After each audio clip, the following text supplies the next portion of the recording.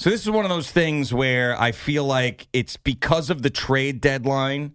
There are Mets fans that are getting enamored with a player that they're overrating, and I'm shocked that Fleegs has now joined this group of people. So there's a guy that I follow, works SNY, does a podcast. I've mentioned him before. He's a very, very sharp Mets fan named Joe DeMeo, and he posted this home run of Luis Robert Jr. the other day and said, "Go get him, Mets." And then this morning I hear Fleegs with Jerry going, "Hey, if you're trading Ronald Acuna Jr. for a package with Luis Robert Jr., then I'm in." And I read this other SNY article where the Mets and the White Sox have discussed not only Luis Angel Acuna, I said Luis Acuna Jr., I don't know why I said that, Luis Angel Acuna and Mark Vientos in this trade scenario. And I'm like, all right, I understand 2 years ago that Luis Robert Jr. had a massive offensive season. Massive. But he's a really good defensive player. But he has been nowhere near that offensive player in the last year and a half. I mean, not even close. And I know you love WAR. You're a WAR guy. Oh my God, here we go. He was a 5 WAR guy 2 years ago. He's a .7 WAR guy this year. I mean, he's hitting 205. He strikes out 10,000 times. Yep. Like, why? What's the obsession? Because he looks cool when he finally connects with one? Like when you see a highlight on MLB.com, you're like, oh my God, this guy looks so unbelievable. And then you get all enamored with it? Well, he stunk for a year and a half. Oh, maybe even more than that. For me, it's that he is a true center fielder. There aren't other good ones out there. He hits lefties. Taylor's a center fielder. But I mean, and he's the same thing. He doesn't hit either. Well, low average, but Taylor also has no power. So with Robert, you're getting the power, you're still getting the good defense, and you're getting good base running. He has like 20-something steals. And you want to give up one of your young potential You can't stars. trade Mark Vientos. So Jerry said Vientos. I said I'd rather not. Now that the rumor's out there that it could just be Acuna, I don't think Luis Angel Acuna is ever going to be an everyday MLB player. So if that's the deal, Acuna plus like a prospect, that I would do. How long have you been scouting? My whole life. All right. So, and I don't mean to, I'm just having a little fun with you, but I asked these guys this morning. I said, you got Mauricio, you got Acuna Jr., and you got Vientos and Beatty. There's 4 of them. Yeah. There's 4 kids. It's basically 4 guys that are trying to make it. They have shown flashes. They have hit home runs. Third base hasn't been all that bad. Beatty's been pretty good. Vientos not bad. I'm not sitting here telling you that they're going to be Mike Schmitz, but can any one of these guys turn into a Pete Crow Armstrong? Do you want to make these are actually legitimate MLB players that are playing at the MLB level? These are not prospects that we haven't seen yet. And the one thing I will say and I was thinking about this the other day because when Mauricio's up at bat, he's a huge guy. He's a huge presence. Vientos is a huge presence. Beatty is a big athlete. Acuna Jr., fast, shifty, can play multiple positions. Maybe he won't be a starter someday. And I'm trying to think about David Stern's thinking about the future. Like, what's going to go on with Jeff O'Neill? Jeff McNeil. What's going to happen when Marte is gone? Like, who's replacing these players? Well, as far as the first question with you talking about the younger guys, to me, and I understand Vientos had a miserable start to the season, and he's hit a little bit recently. I cannot give up on a guy who was that locked in last year in the postseason. Yeah, how could you at his age? This wasn't some sort of like Stephen Pierce situation with the Red Sox where the guy was 40 years old and unconscious for a postseason. This is a young guy that stood in that box, looked like a superstar in the postseason. Can't give up on him. Mauricio, his talent to me is you're just scratching the surface there. You can't give up on him. Beatty, we've seen a lot of, and it seemed like Beatty had taken a lead over there at third base for a while. It had. But as far, it's interesting when Fleek says that Luis Angel Acuna, he doesn't feel like he's going to be an everyday major league player.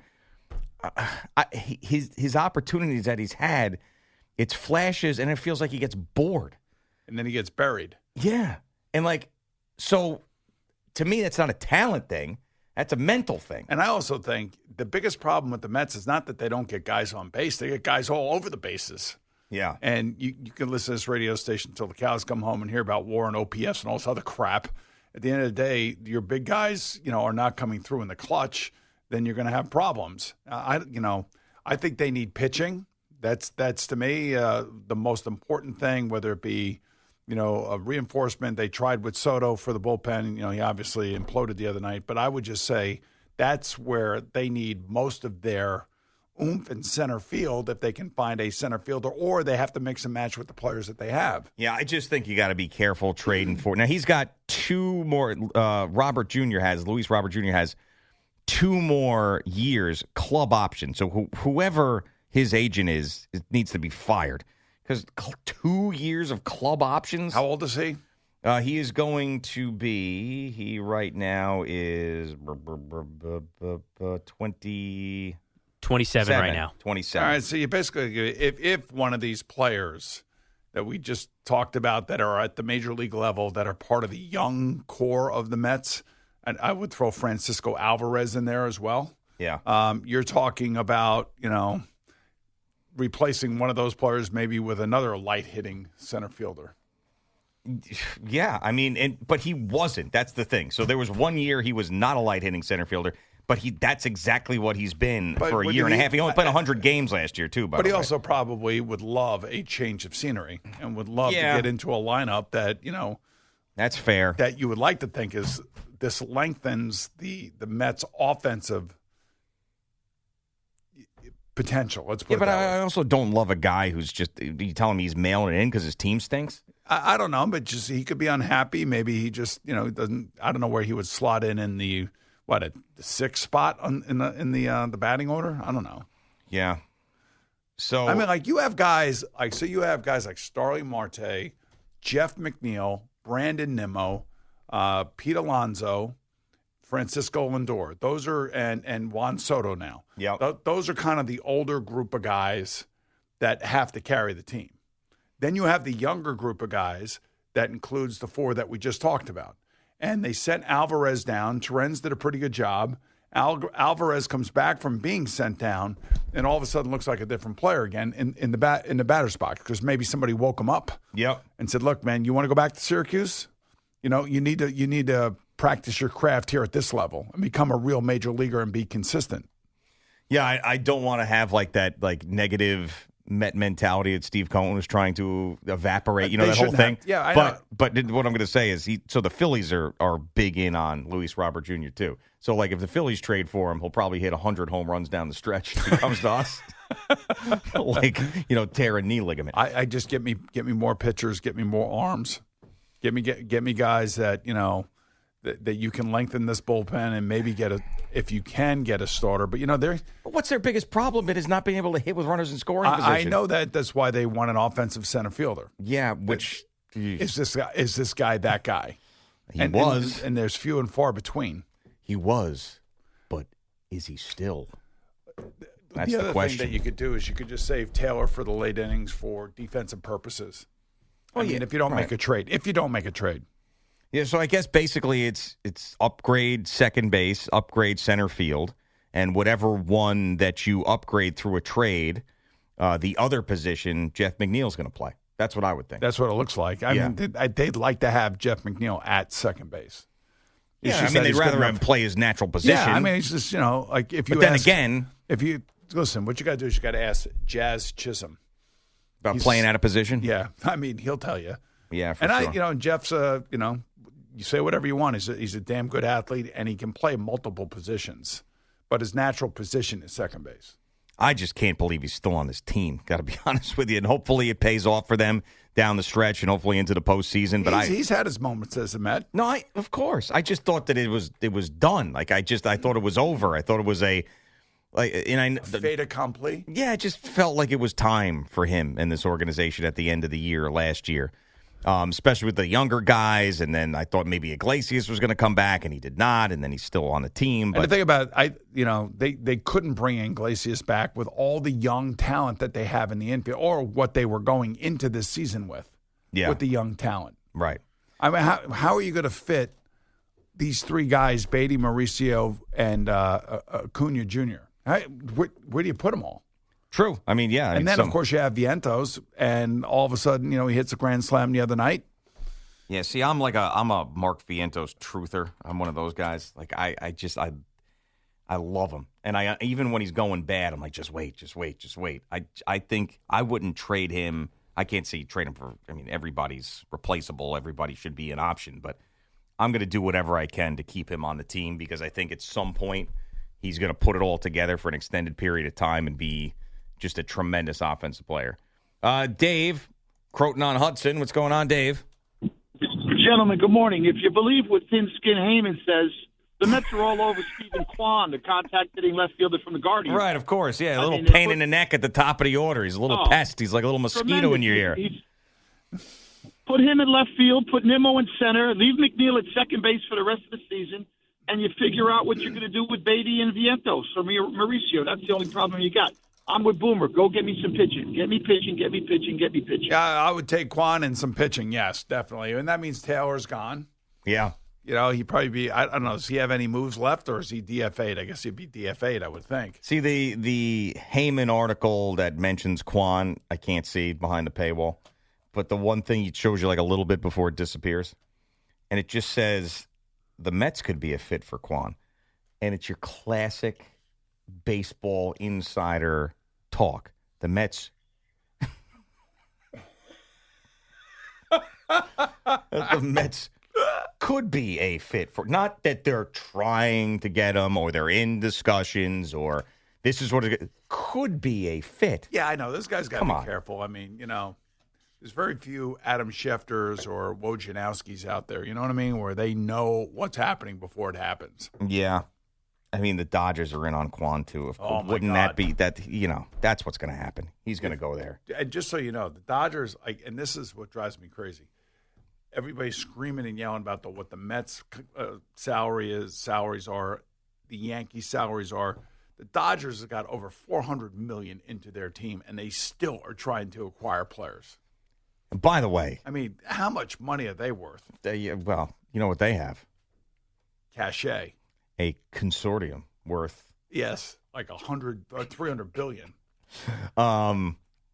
So, but as I'm looking at the contract situation here, why would the Guardians, unless they got massive prospects, I guess, want to trade Stephen Kwan?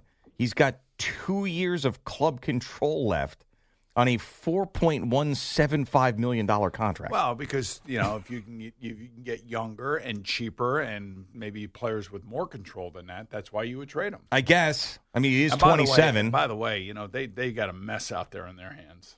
The Guardians? Yeah, with these players, getting suspended. Right. Clase getting suspended now, the second guy on that on the second pitcher, yeah. Investigating. Your boy Cherney's got to clean this thing up. Yeah, Mike Chernoff out there. Yes.